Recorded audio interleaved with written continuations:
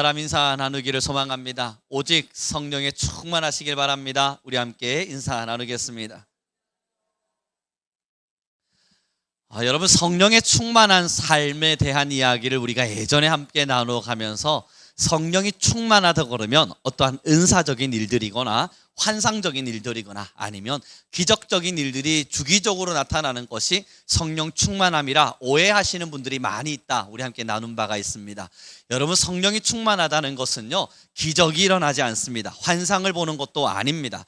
은사의 많은 일들을 일으키는 것도 아닙니다. 그것을 우리가 어디서 확인할 수 있냐면 하나님의 말씀에 마태복음에 보면요, 뭐라 기록되어 있냐면 주님의 이름으로 귀신도 쫓아냈고 예언도 했고 많은 은사들을 베풀었던 자들을 하나님이 뭐라 그러시냐면 나는 너희를 도무지 알지 못한다. 그리고 그 뒤에 단어가 중요하죠. 불법을 행한 자들아. 성령을 따라서 행하지 않았음을 증명해요. 다시 말해서 은사가 성령 충만도 아니고요, 기적도 성령 충만이 아닙니다. 그것은 믿는 자들에게 때로는 일어나는 하나님의 선물이기도 하고 때로는 가짜 복음을 가지고 있는 거짓 선지자들에게 속아서 넘어가는 일들이기도 합니다. 그러나 성령 충만할 때에는 반드시 나타나는 하나의 표징이 있습니다. 그 표징이 무엇이냐면 견디지를 못합니다. 무엇에 견디지 못하는지 아십니까? 에레미야서에 기록되어 있죠. 내가 하나님의 복음을 전하지 않으려고 마음먹었으나 이 골수에 사무침을 견딜 수가 없어서, 나의 뼛속까지 타오르는 이 답답함을 견딜 수가 없어서 내가 오늘도 복음 들고 나아간다. 여러분, 성령 충만한 것의 확실한 증표는 은사도 기적도 예언도 환상도 아닙니다. 성령이 충만해지는 그 순간 우리는 복음을 들고 나아가게 됩니다. 고로 여러분, 성령 충만한 삶을 살아가십시오 라는 이 인사는 여러분들의 삶에 안 되던 일이 잘 되는 기적이 일어나길 바랍니다 아니고요, 여러분들의 병들었던 육체가 갑자기 건강해지길 바랍니다 이것도 아니고요, 성령 충만해지시자 여러분들의 풀리지 않았던 자녀들의 문제가 갑자기 해결되길 바랍니다 이거 아니에요. 성령 충만하자는 이야기는 우리 모두 복음을 위해 살아갑시다. 여러분 모두 복음의 가치를 가지고 복음을 향해 달려갑시다. 그 이야기입니다. 여러분, 이제 우리는요, 사도 바울이 그리고 바나바가 성령의 충만함을 받아서 세계 제1차 전도 여행을 떠난 것을 우리는 함께 보고자 합니다. 이 1차 전도 여행을 탁 떠날 때에 지역들이 나타나잖아요. 그 지역을 하나하나 지도로 찍어드리면 좋겠지만 여러분, 요즘 세상 정말 좋아졌어요. 유튜브에 보니까 제가 여러분 컴퓨터로 그림을 열심히 그리고 있었습니다. 그리고 여기서 1차 전도 여행 막 그림을 그리고 있는데 너무 힘든 거예요. 아니, 좋은 거 없나?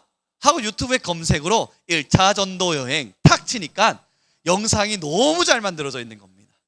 세상에 요즘은 이런 정보들이 다 있는데 굳이 목회자가 이렇게 고생할 이유가 없구나. 1차 전도 여행이 어떻게 2년이란 시간 동안 진행되어졌는지 간단한 영상을 가지고 왔습니다. 함께 보면서 지역들을 보기를 바랍니다. 함께 영상 살펴보겠습니다. 우리는 영상 보자 하고 여러분 한 10초간만 눈 감고 계십시오. 그러다가 눈 딱 뜨면 그때서는 아마 재생이 바로 될 거예요. 20초인가요? 하여튼 여러분, 영상, 우리 여러분 방송실도 이거 굉장히 고생하는 일입니다. 제가 해봐서 알고 알아요. 자, 여러분 이제는 눈 뜨시고요. 네, 영상 한번 바라봐 주셨으면 좋겠습니다. 함께 보시도록 하죠. 성경 파노라마 초대교회와 사도 바울. 바나바의 주도하에 바울이 동행하는 형식으로 이루어진 제1차 선교 여행은 최초 이방 교회인 수리아의 안디옥 교회가 선교사를 파송했다는 점에서 역사적 의의가 큽니다. 이 여행은 AD 47년에서 49년까지 약 2년간 이뤄졌으며 이동 거리는 무려 2240여 킬로미터에 달한 것으로 보입니다. 놀라운 사실은 교회 역사상 최초로 선교사를 파송한 수리아의 안디옥 교회가 구브로와 구레네 등지의 그리스계 유대인 평신도들에 의해 세워졌다는 사실입니다. 구브로와 구레네 등지의 그리스계 유대인 평신도들은 박해를 피해 흩어진 유대인 성도들입니다. 바나바와 사울은 성령의 보내심을 받아 수리아 안디옥 교회에서 파송받고 실루기아로 내려갔습니다. 그곳에서 그들은 배를 타고 구브로 섬으로 건너갔습니다. 그들은 구브로 섬의 살라미에 이르러 유대 사람의 회당에서 하나님의 말씀을 전했습니다. 마가 요한도 그들을 돕기 위해 함께 갔습니다. 그들은 그 섬을 다 돌고 서쪽 끝에 위치한 바보에서 복음을 전하였습니다. 그때 엘루마라고도 하는 마술사 바예수가 바나바와 사울의 일을 방해하다 소경이 되었습니다. 바울과 그 일행은 바보에서 배를 타고 밤빌리아에 있는 버가로 갔습니다. 그곳에서 마가 요한은 그들을 떠나 예루살렘으로 돌아갔습니다. 그들은 버가에서 더 나아가다가 비시디아의 안디옥에 이르러 회당에서 복음을 전하였습니다. 많은 이방인들이 믿었으나 유대인들은 경건한 귀부인들과 그 도시의 지도자들을 부추겨서 바울과 바나바를 핍박하게 했고 마침내 자기들이 살고 있는 지방에서 그들을 내쫓았습니다. 바울과 바나바는 그들에게 자기들의 발에 있는 먼지를 떨어버리고 이고니온으로 갔습니다. 이고니온에서도 바울과 바나바가 여느 때처럼 유대 회당에 들어가 복음을 전하자 수많은 유대인과 헬라인이 믿었습니다. 그러나 믿으려 하지 않는 유대인들은 이방인들을 부추겨서 바울과 바나바를 대적하게 했습니다. 유대인들의 핍박으로 루스드라로 이동한 바울과 바나바는 그곳에서도 복음을 전하였고 안진뱅이를 고쳤습니다. 이것을 본 그곳 사람들이 바울과 바나바를 신으로 숭배하여 제사를 드리려고 했으나 바울과 바나바는 자기들에게 제사를 드리지 못하게 했습니다. 그때 안디옥과 이고니온에서 유대인들이 와서 사람들을 부추겨 바울을 향해 돌을 던지게 했습니다. 그들은 바울이 죽은 줄 알고 도시 밖으로 끌어냈습니다. 그러나 제자들이 바울 주위에 둘러섰을 때에 그가 깨어 일어나 도시 안으로 들어갔습니다. 이튿날 바울과 바나바는 그 도시를 떠나 더베로 가서 복음을 전하고 왔던 길을 되돌아 루스드라, 이고니온, 비시디아, 안디옥으로 돌아갔습니다.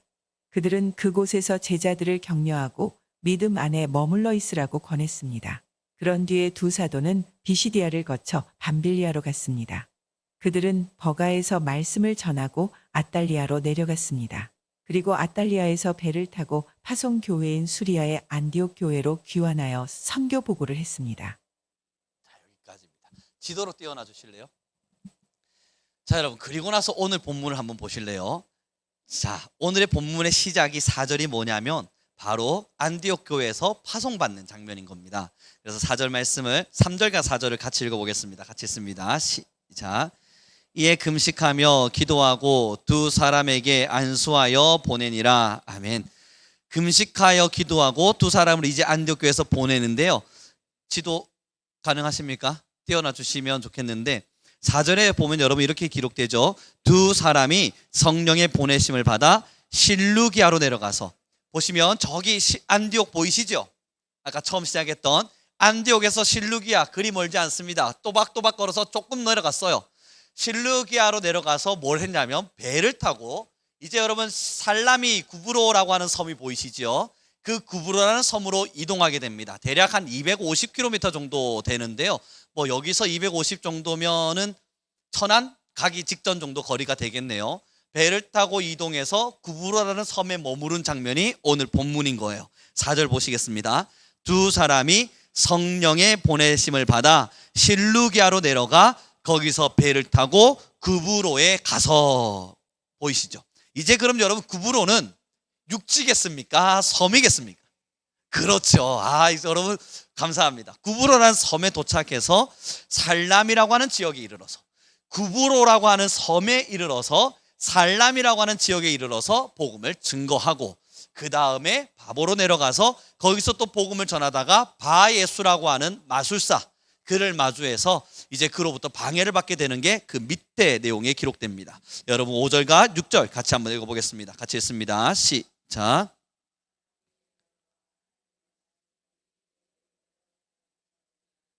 요한을 수행원으로 두었더라. 온 섬 가운데에서 지나서 바보에 이르러 바예수라 하는 유대인 거짓 선지자인 마술사를 만나니, 이 마술사가 어떤 일을 했는지 제가 천천히 읽어봐 드릴게요. 그가 총독 서기오 바울과 함께 있으니 서기오 바울은 지혜 있는 사람이라 바나바와 사울을 불러 하나님의 말씀을 듣고자 하더라. 이때에 이 마술사 엘루마, 이 이름을 번역하면 마술사라. 그들을 대적하여 총독을 믿지 못하게 힘쓰니 바울이라고 하는 사울이 성령이 충만하여 그를 주목하고 이르되 오직 거짓과 악행이 가득한 자요 마귀의 자식이요 모든 의의 원수요 주의 바른 길을 굽게 하기를 그치지 아니하겠느냐. 선포하니 보라 이제 주의 손이 내 위에 있으니 내가 맹인이 되어 얼마 동안 해를 보지 못하리라 하니 즉시 안개와 어둠이 그를 덮어 인도할 사람을 두루 구하는지라. 이에 총독이 그렇게 된 것을 보고 믿으며 주의 가르치심을 놀랍게 여기니라. 지도 보여주십시오. 다시요. 여러분 그게 어디서 일어난 이야기냐면 지금 저기 보이는 구브로라고 하는 섬에서 일어난 일인 겁니다. 구브로라는 섬에서 총독에게 복음을 전할 때에 그것을 방해했던 이 마술사, 그로 인해서 사도 바울이 그를 저주한 겁니다. 너는 소경이 되어라. 그래서 소경이 된 사실이 일어나고요. 그 다음 배를 타고 위로 쭉 올라가서 밤빌리아라고 하는 곳이 있죠. 그곳에 있는 버가에 도착을 합니다. 거기서 여러분 우리가 알다시피 저번에 설명드린 것처럼 요한이 난 더 이상 못 가겠다 하고 뒤를 돌아서게 되고요. 왜냐하면 이건 추측입니다. 정확한 것은 아니지만 학설입니다만 버가에서 안디옥을 향해 걸어가는 길에 어마어마하게 높은 산이 있습니다. 근데 그 높은 산이 굉장히 악산이라서 기어 올라가야 돼요.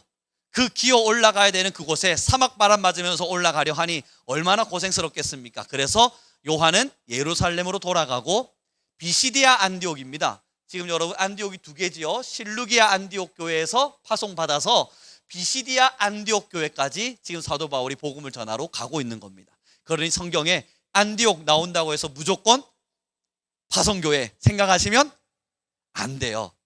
비시디아 안디옥과 지금 저기 나오는 실루기아 안디옥이 따로 있는 겁니다. 그래서 여러분 이 부분들을 잘 살펴서 여러분들께서 확인하시면 좋겠는데요. 오늘 복음은요. 이 지도는 한 3주간 우리가 더 살펴보게 될 텐데 여러분 이 시작을 할 때에 이 영상에서 뭐라고 이야기했냐면 안디옥은 평신도에 의해서 라는 단어를 썼어요. 이게 무슨 말인 줄 아십니까? 지금 이곳에 사람들을 파송하는데 그 파송자들이 누구냐면 성도들인 거예요. 그 성도들에 의해서 형성되어진 교회인 겁니다. 그 성도들이 주축이 되어서 하나님의 사람들을 파송해서 주의 복음을 전한 사람들이었는데 이 성도들이 누구였냐면 예루살렘 교회에 박해가 일어났을 때 뿔뿔이 흩어졌던 그 성도들인 거예요. 그들이 안디옥 교회에 모여서 예배를 시작했고 그곳에서 하나님의 복음을 가지고 나아가기로 하는 바나바와 바울을 파송하기 시작한 겁니다. 자, 오늘 본문을 함께 읽어보았으면 좋겠습니다. 여러분 3절과 4절의 말씀입니다. 다시 한 번 더 읽어보겠습니다. 같이 읽습니다. 시작.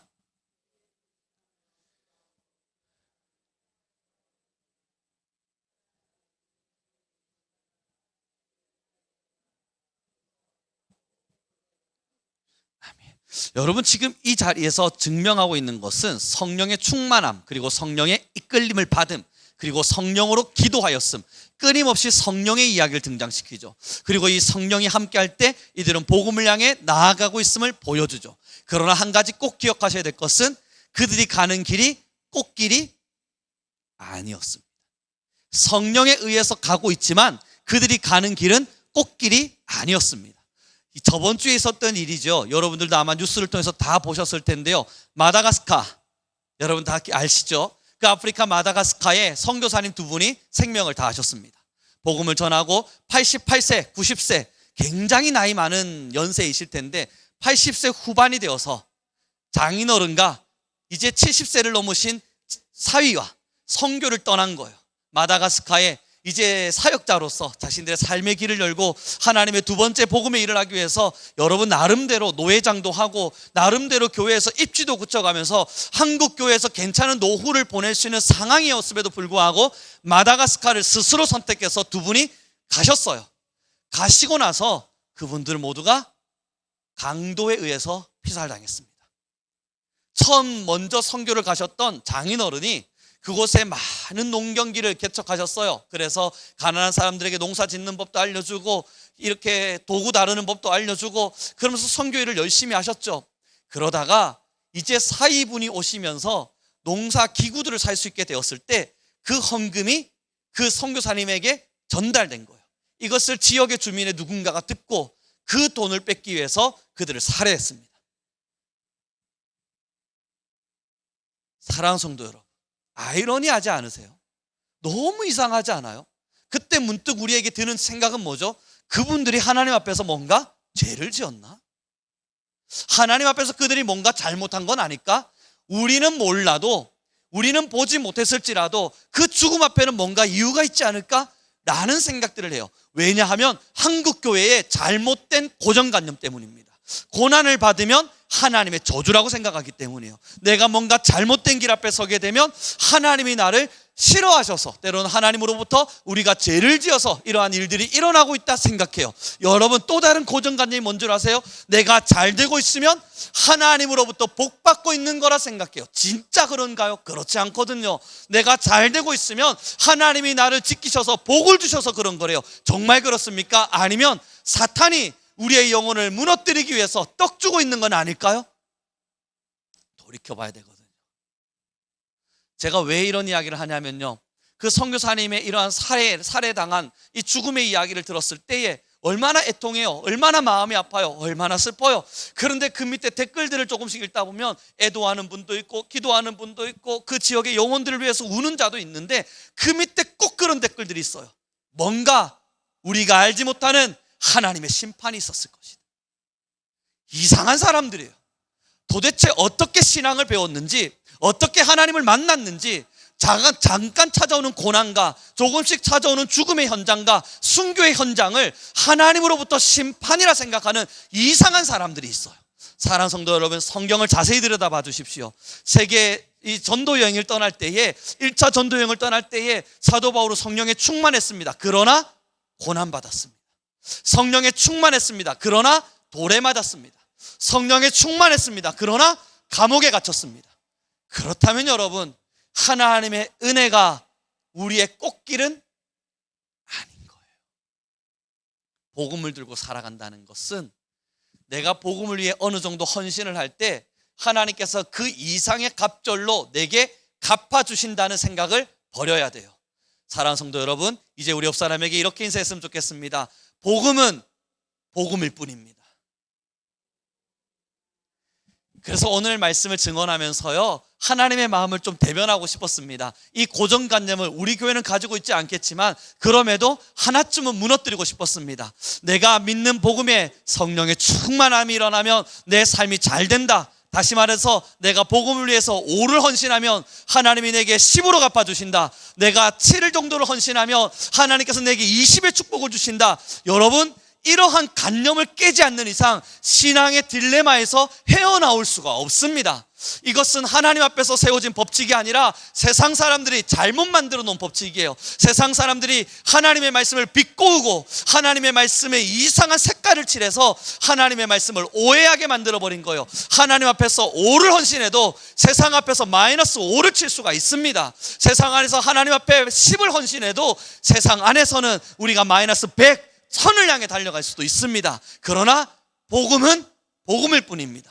복음은 우리에게 어떤 대가성을 지불하는 어떠한 수단과 장치가 아니라 복음은 그저 복음인지라 영혼을 살리는 도구이고 영혼에게 하나님의 말씀을 증언하는 도구이고 그들에게 천성의 길을 열어주는 도구에 불과한 겁니다. 여러분, 딱 여기까지예요. 복음을 전하는 내가 하나님으로부터 복을 받을 것이라 기대감을 버리셔야 돼요. 복음을 증언하는 내가 하나님께서 내 삶을 책임져 주실 것이라 그 기대감을 버려야 돼요. 그것이 버려지는 순간부터가 하나님과 함께하는 은혜를 누릴 수 있게 됩니다. 왜 사도 바울이 자족하는 법을 배웠겠습니까? 자신의 삶에 너무 많은 부유가 있어서요. 돌아봤더니 축적되어 있는 재산이 너무 많아요. 그래서 사도 바울이 선교를 마치면서 나는 자족하는 법을 배웠노라 선포했겠습니까? 아니에요. 가진 것도 없었다고요. 저번에도 말씀드린 것처럼, 함께 나눈 것처럼 사도 바울의 마지막 죽음은 감옥이었습니다. 그는 감옥의 시간 속에서 덜덜 떨고 있었어요. 모든 사람들이 그를 버렸습니다. 많은 사람들이, 많은 동력자란 사람들이 그를 스스로 떠나갔어요. 그래서 사도 바울이 편지를 쓰잖아요. 나를 떠나버린 많은 동력자들이 있다고요. 그 중에 후메네오도 있다고요. 이름까지 등장시켜가면서 나를 떠난 자들의 이름을 기록했습니다. 그리고 여러분 사도 바울이 뭐라고 마지막 유언을 씁니까? 나를 위하여 겉옷을 가지고 와달라. 그 로마의 그 감옥의 현장에서 떨고 있는 사도 바울의 외로움이에요. 노후하고 이제는 몸에 힘을 잃어버렸고 기력이 쇠해버린 이 할아버지가 입을 옷이 없어서 덜덜 떨며 나를 떠나버린 많은 사람들을 추억하는 거예요. 함께 동력했고 함께 사랑했고 함께 복음을 향해 달려갔지만 나를 떠나버렸던 많은 이들을 떠올려가며 부탁하는 거예요. 자신의 자녀와 같은 디모데에게 나를 위하여 겉옷 한 벌만 가져다 달라. 그리고 뭐라 이야기합니까? 올 때에 마가도 데려와라. 지금 여기 도망친 이 마가 요한 말입니다.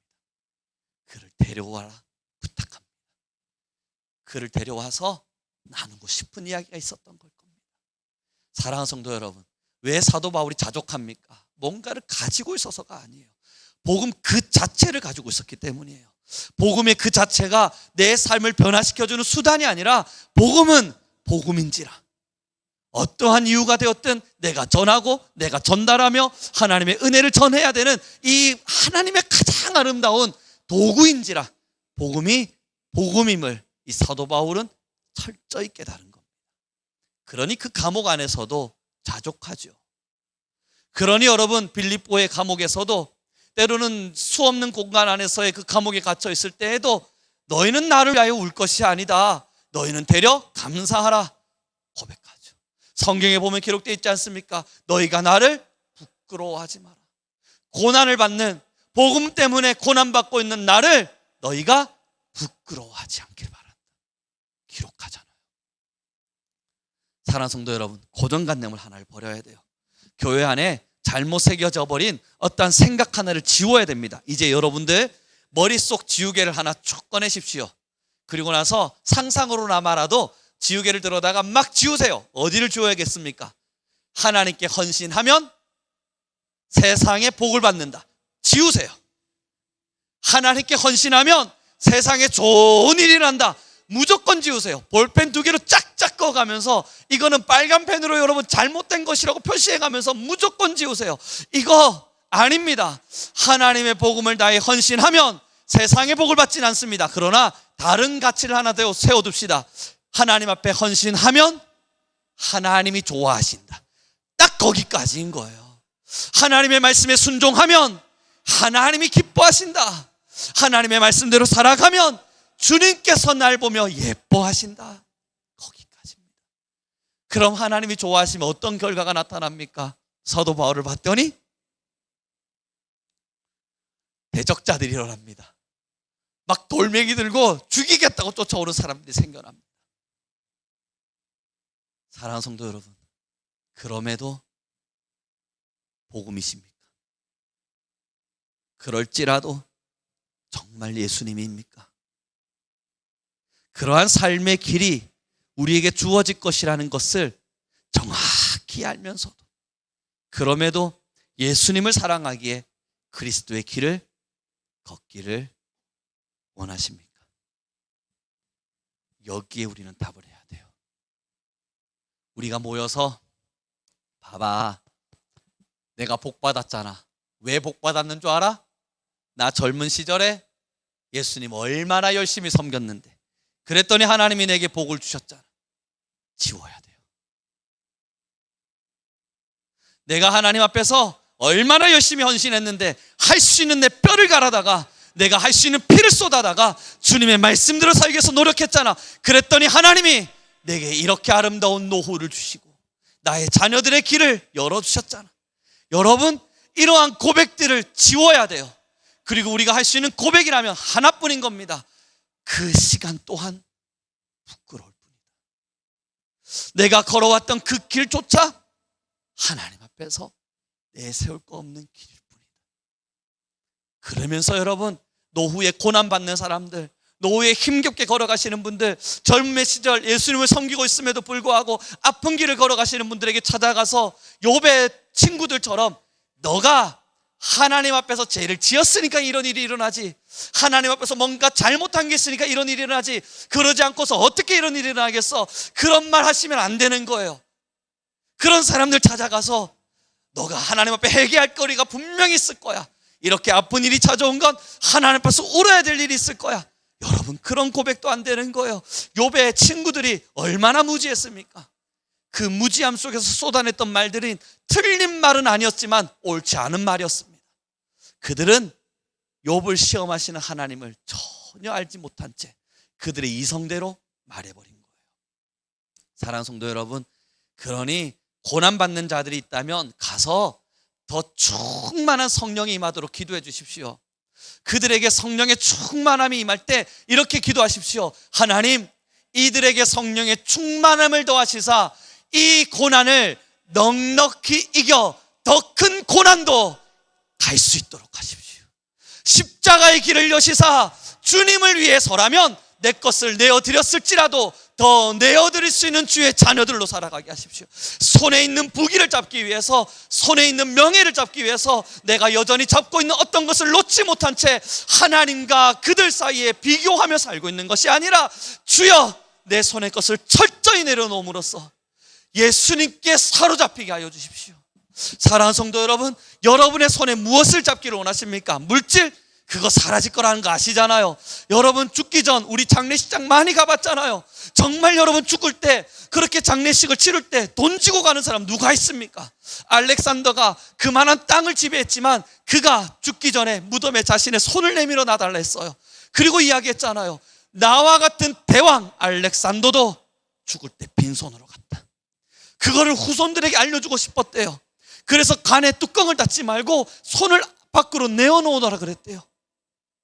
나와 같은 대왕도, 온 땅을 호령했던 나 알렉산더도 죽을 땐 빈손으로 죽는다. 그걸 알려주려고요. 사랑하는 성도 여러분, 결국엔 건강도 세상의 모든 것도 지고 있는 것 같지만 먼지예요. 모래성이에요. 사르르 사르르 어느 순간 다 사라지게 될 겁니다. 그럼 여러분, 우리는 뭘 지어야 되죠? 아무것도 지면 안 돼요. 그리고 주님께 붙잡힌 바 받으려고 발부둥 치셔야 돼요. 하나님의 손에 걸리려고 말입니다. 이번에 서울에 갔는데 청년들과 함께 모임을 했거든요. 이제 이야기 나누고 모임하고 저녁 식사하러 착 올라갈 때 첫 모임이니까 우리 가족들도 좀 소개를 해야겠다 싶은 마음에 아이들도 데려가고 아내도 데려갔어요. 그리고 청년들에게 소개도 시켜주고, 우리 학교 학생들을 모르잖아요. 그래서 인사도 시켜주고 하는 시간을 가지려고 데리고 올라갔었는데요. 이제 함께 이야기 나눌 동안은 아이들과 저희 아내는 다른 카페에서 기다리고 있고, 모임이 다 끝난 이후에 그리고 이제 저녁 식사는 같이 하려고 이동 중이었습니다. 그때 아이들도 만나고 저희 아내도 만나고 가는데, 여러분 그 혹시 아십니까? 뽑기 인형들 가득 쌓여있는 이상한 박스 안 같은 뽑기 통에 이 뭐라고 하죠? 산발이라고 그럽니까? 집게라 그럴까요? 집게가 삐삐 움직이면서 콕 잡아다가 인형을 빼는 거 있잖아요. 우리 청년들이, 그 학생들이 우리 아이들에게 그 뽑기를 해주었습니다. 자기들이 잘 뽑으니까. 제가 이야기했거든요. 너희 잘 뽑니? 아, 저희 엄청 잘 뽑습니다. 그래? 우리는 지금까지 성공한 걸 보여준 적이 없는데 너희가 성공의 드라마를 한번 써주라. 그래서 여러분, 청년들이 돈을 넣고 뽑기를 시작했습니다. 처음에는 의심이 들기 시작했어요. 아이들이 열심히 뽑는데 제가 볼 땐 저보다 못하는 것 같은 거예요. 아무리 잡아 올려도 안 올라오는 것 같은 거예요. 그래서 안 되겠다, 돈만 또 날리다가 끝나겠다 하는 생각이 들었는데, 여러분 조금 지나니까 학생들이 여러분 집게를 가지고요, 인형들을 잡는 게 아니더군요. 집게를 가지고 막 흔들어 대더니 집게로 인형을 치는 거예요. 막 쳐가지고 결국은 몰고 가서 그 구멍 안으로 집어넣어서 돈보다 더 많은 인형을 뽑아왔습니다. 야, 제가 그걸 보고 얼마나 놀랐는지요. 여러분, 그때 제 생각에 하나가 들었어요. 꼭 이 인형들이 꼭 성도 같았습니다. 아무리 찝으려고 콕콕 잡아도 이 인형들이 무게가 너무 무거워가지고요, 툭툭 떨어지는 거예요. 저 혼자 그런 묵상을 하고 있었어요. 야, 뭔가 하나님의 손과 성도들의 모습 같다.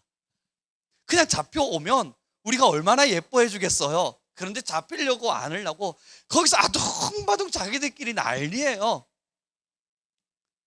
그냥 꼭 잡혔을 때, 그렇게 대롱대롱 매달렸을 때 그냥 따라오면 될 것을 왜 뚝 떨어집니까? 사랑하는 성도 여러분, 뭔가를 잡으려 하는 순간부터 신앙은 실수가 시작됩니다. 우리의 선택은 우리가 주님을 잡는 것도, 우리가 십자가를 붙드는 것도, 우리가 어떤 것을 잡으려고 싸워내는 것도 아닙니다. 지금부터 싸우셔야 될 것은 다 놓는 거예요. 모든 것을 놓고 대롱대롱 매달렸을 때 몸부림치지 말고 하나님의 손에 꽉 붙잡히도록, 하나님이 우리의 몸을 강한 손으로 붙잡아 주시도록 온몸에 힘을 빼는 거예요. 이성의 지식을 버리는 거예요. 할 수 있다 교만함을 내려놓는 거예요. 내가 붙잡을 것만 같은 의지를 포기하는 거예요. 내가 할 수 있다 소리치고 싶은 입술을 멈추는 거예요. 그리고 그저 가만 그 자리에 멈추어 서서 하나님이 나를 잡으시는 순간을 기다리는 겁니다. 사랑하는 성도 여러분, 그렇게 가게 되는 길이 꽃길은 아닙니다. 그렇게 주님의 손에 싹 사로잡혔을 때 우리가 걸어가는 길이 정말 꽃길로 열리길 바라지만 그러지 않습니다. 고달프고 아플 수 있습니다. 힘겨울 수 있습니다. 물론 기쁘기도 합니다. 즐겁기도 합니다. 행복하기도 합니다. 감정의 어떠한 부분으로 하나님께 매달렸다, 매달리지 않았다 판단하면 안 된다는 걸 말하는 겁니다. 하나님께 매달리면 행복하기도 하고 기쁘기도 하고 슬프기도 하고 아프기도 하고 눈물 나기도 하고 귀찮기도 하고 때로는 고달프기도 해요. 그러나 때로는 평안하기도 하고 때로는 천국을 누리기도 해요. 감정의 문제가 아닌 거예요. 그러나 한 가지는 정확한 겁니다. 감정과 상관없이 복음을 사랑합니다.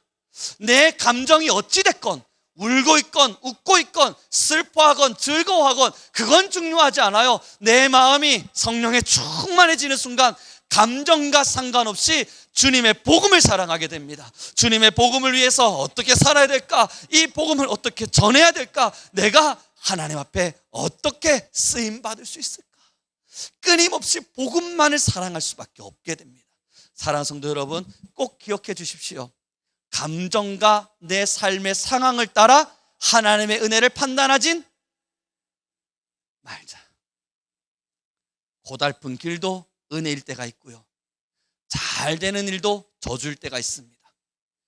땅땅하게 어깨에 힘주며 살아갈 수 있는 길이 은혜일 때가 있고요, 우리 안에 고달픈 인생길이 저주일 때도 있습니다. 상황과 감정으로 주님 앞에 서 있는가 아닌가를 판단할 수 없어요. 은사로도 기적으로도 예언으로도 어떤 것으로도 판단할 수는 없어요. 그러나 한 가지는 명확합니다. 성령에 사로잡히면 복음이 좋습니다.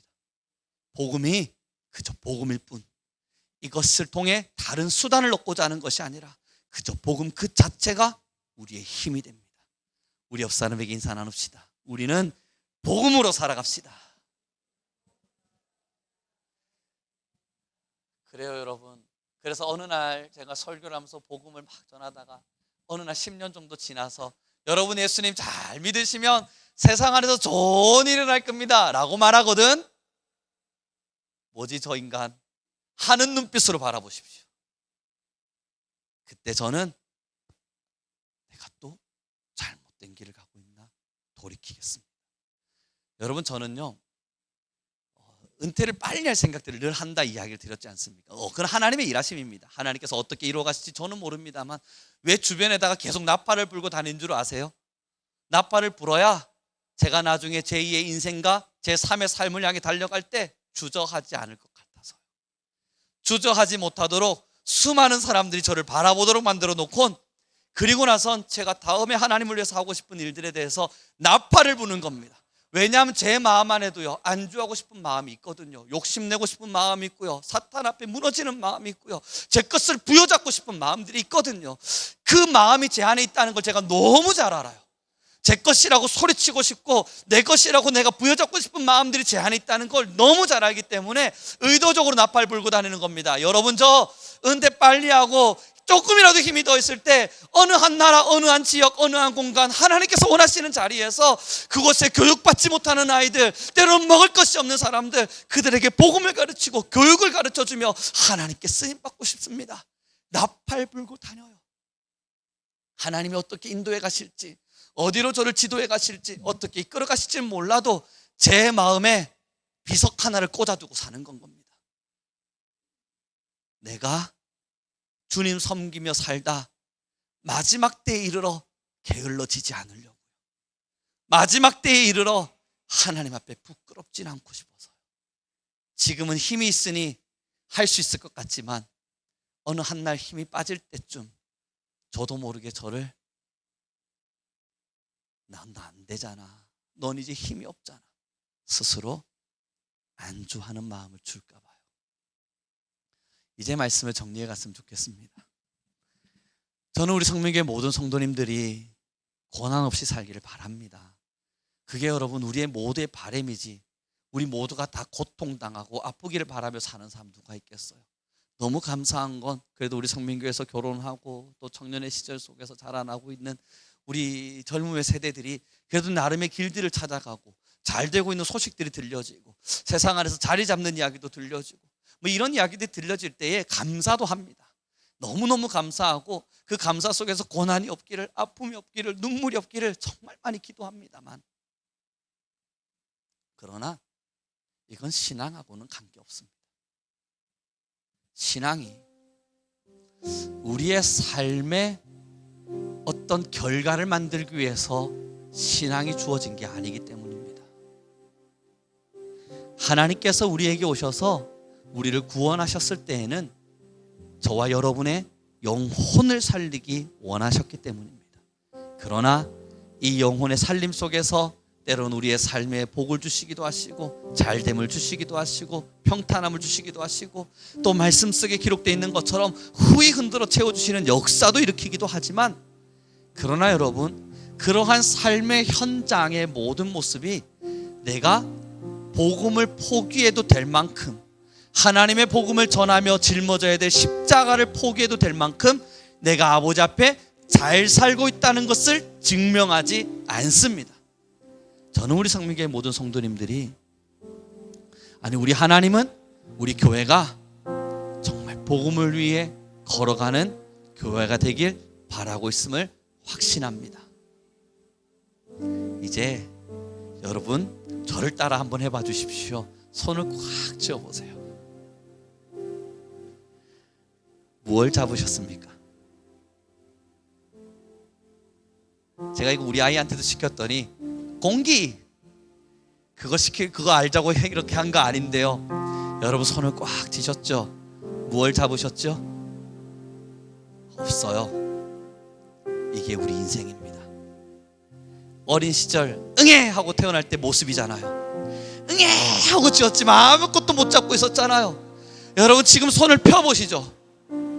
결국 아무것도 없잖아요. 그러나 여러분 조용히 눈을 감고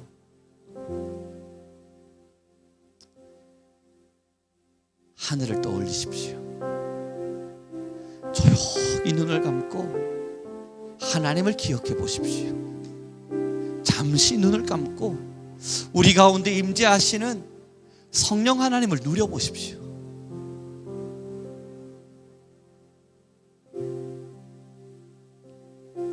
붙잡은 건 없지만 사로잡혀 있고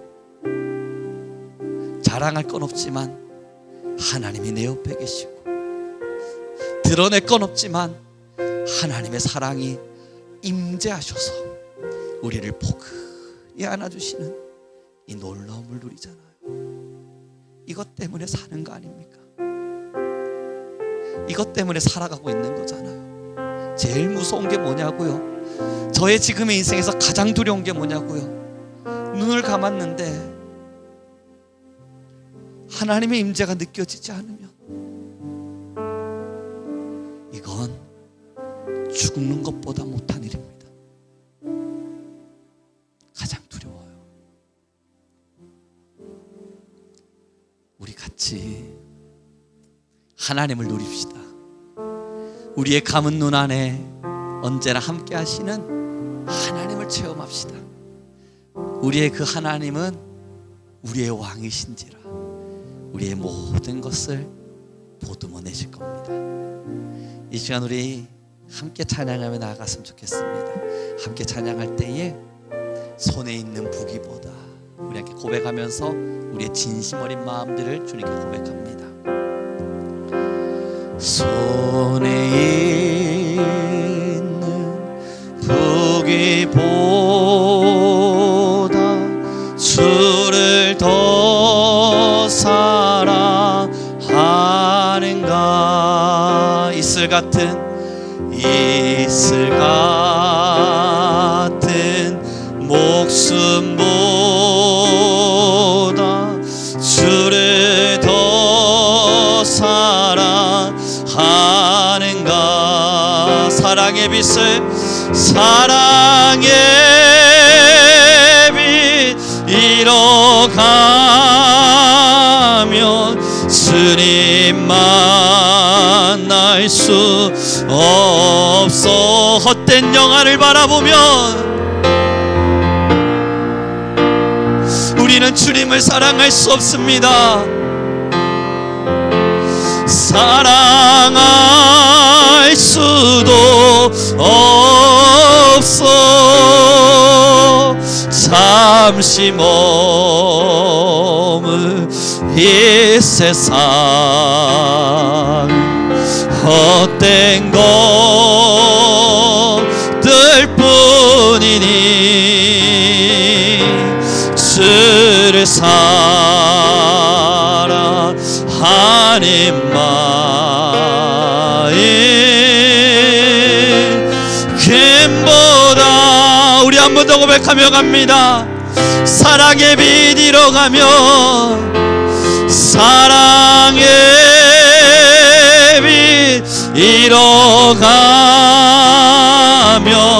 주님 만날 수 없어. 헛된 영화만을 바라보면 영화 바라보면 사랑할 수도 없어. 잠시 머문 이 세상은 헛된 것들 뿐이니 주를 사랑하는 마음 하는 마음 우리의 금보다도 귀합니다. 아멘.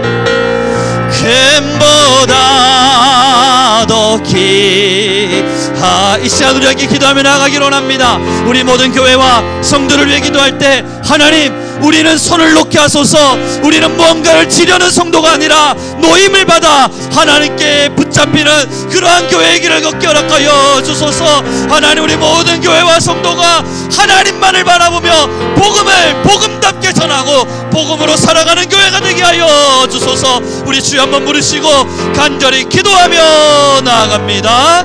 주여